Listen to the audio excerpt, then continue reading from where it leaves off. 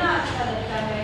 और इसीलिए हमारे एक भाषा का जो प्रश्न पत्र होता है उसमें कहानी लेखन एक रचना विभाग में प्रश्न पूछा जाता है।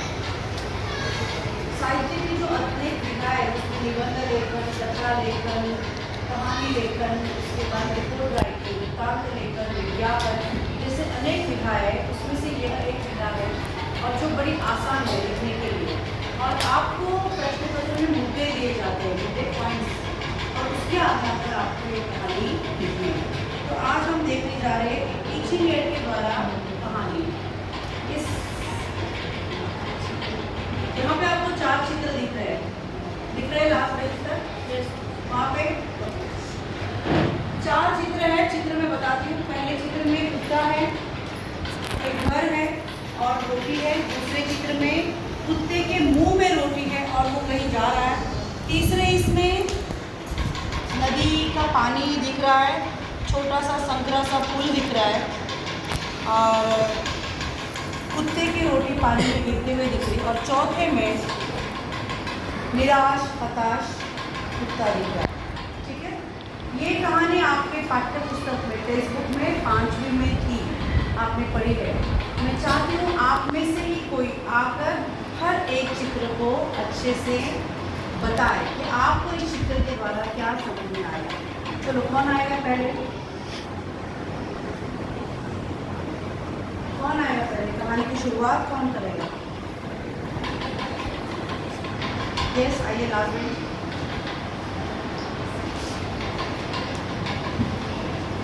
कोशिश करिए, जरूरी नहीं पूरा है बट कोशिश करिए। कहानी हम कैसे रोचक तरीके से बताते हैं, है ना? और कहानी किस में लिखी जाती है? भूतकाल में लिखी जाती है, क्योंकि घटी हुई घटना पर रहती है। घटना घट चुकी है उस पर रहती है। बताइए।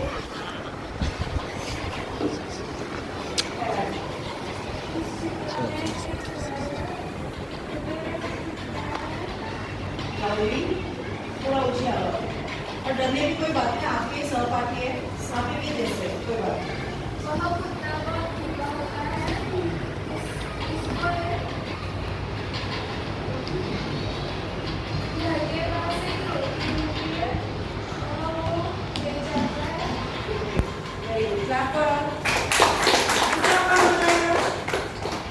दूसरा चित्र सेकेंड लास्ट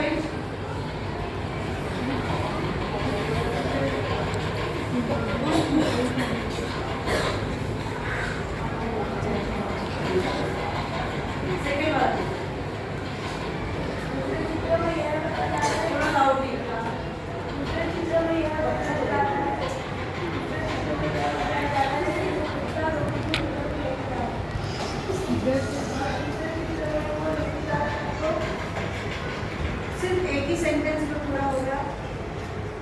कुत्ता बहुत भूखा था, उसे रोटी मिली है और उसे मुंह में लेकर को जा रहा है। देखो, रोचक एक ही सेंटेंस में कहानी को 4 पंक्तियों में 4 चित्र खत्म हो जाएंगे। हमें क्या चाहिए? थोड़ा सा उसमें अपने एड ऑन करते हैं कुछ वाक्य जो दिख रहा है। परिसर के बारे में बोल सकते हैं, घर के बारे में बोल सकते हो, आसपास में क्या है, अगर कुत्ते का ध्यान रोटी पर है क्योंकि उसे भूख लगी है। कहने का तात्पर्य, जब आपको भूख लगी होती है तो बाहर आसपास में कितने भी सुंदर नजारे, आपका ध्यान उधर नहीं जाता। आपका ध्यान कहाँ जाता है? जहाँ पे भूख लगी, रोटी खाने का सामान मिलता है, वहीं पे जाती है। और वही चीज कुत्ते ने देखी। चलो, तीसरा चित्र कौन समझाएगा? आइए।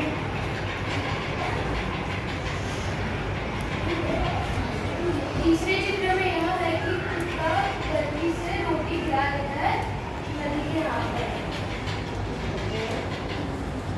चौथा चित्र कौन बताएगा? आराधना।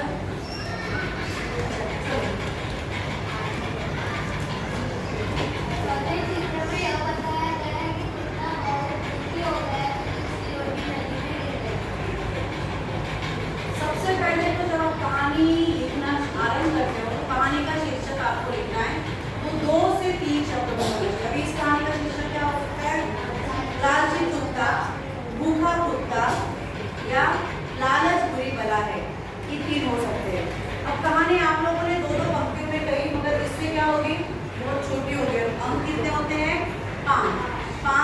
अंक होते हैं, यानी कितने पंक्तियां लिखने हैं? कम से कम 12 से 15।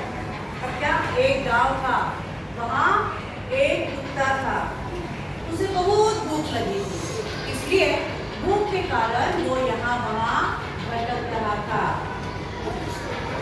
जब वो भटक रहा था तो एक घर के पास उसे एक रोटी पड़ी हुई मिलती है। वो बड़ा खुश होता है क्योंकि उसे भूख लगी थी, उस भूख के लिए वो परेशान था। रोटी मिलते ही उसकी खुशी का ठिकाना नहीं रहता, यूज मुहावरे, और वो रोटी का टुकड़ा मुंह में लेकर वो आगे जाता है। पहले तो वो सोचता है मैं वही खा लूं, मगर फिर सोचता है कि अगर कोई यहाँ वहाँ से कोई जानवर आ गया और मुझ पर भौंकने लगा और मेरी रोटी ले ली तो मेरी तो भूख ज़्यादा है, मुझे वो एक रोटी भी कम पड़ेगी, इसलिए वो वहाँ पे खाना नहीं चाह रहा था। वो आगे जाता है, आगे उसे गांव के बाहर एक नदी मिलती है। नदी पर एक छोटा सा संतरा फूल होता है। वो सोचता है मैं नदी के उस तरफ जाकर खाऊंगा जहाँ पे कोई मुझे परेशान नहीं करेगा, ना मेरी रोटी छीनने की कोशिश करेगा। यही सोचकर वह पुल के ऊपर से जा रहा होता है, मगर तभी उसकी नजर कहाँ जाती है? नदी के पानी में। नदी के पानी में वह अपनी परछाई देखता है, मगर उसे समझ में नहीं आता कि वह उसकी परछाई है। परछाई इज व्हाट? प्रतिबिंब। उसे लगता है नदी के पानी में एक दूसरा कुत्ता छिपकर बैठा है और उसके मुंह में भी एक रोटी है। अगर मैं उस पर भौंकूं तो क्या होगा? वो डर के मारे रोटी वही छोड़ेगा और भाग जाएगा, और मुझे कितनी रोटी मिलेगी? 2। मुझे कितनी रोटी मिलेगी? 2। यही सोचकर वो उस कुत्ते के ऊपर भौंकने के लिए अपना मुंह खोलता है। जैसे ही वो मुंह खोलता है, उसके मुंह की रोटी नदी के पानी में गिर जाती है, और इस प्रकार 2 रोटियों के लालच में एक रोटी वो खो बैठा है। अंत में वो भूखा ही रहता है और निराश होकर बैठ जाता है। सीख क्या है? हर एक कहानी से बच्चों को कुछ ना कुछ सीखने मिलता है। तो क्या सीख मिली?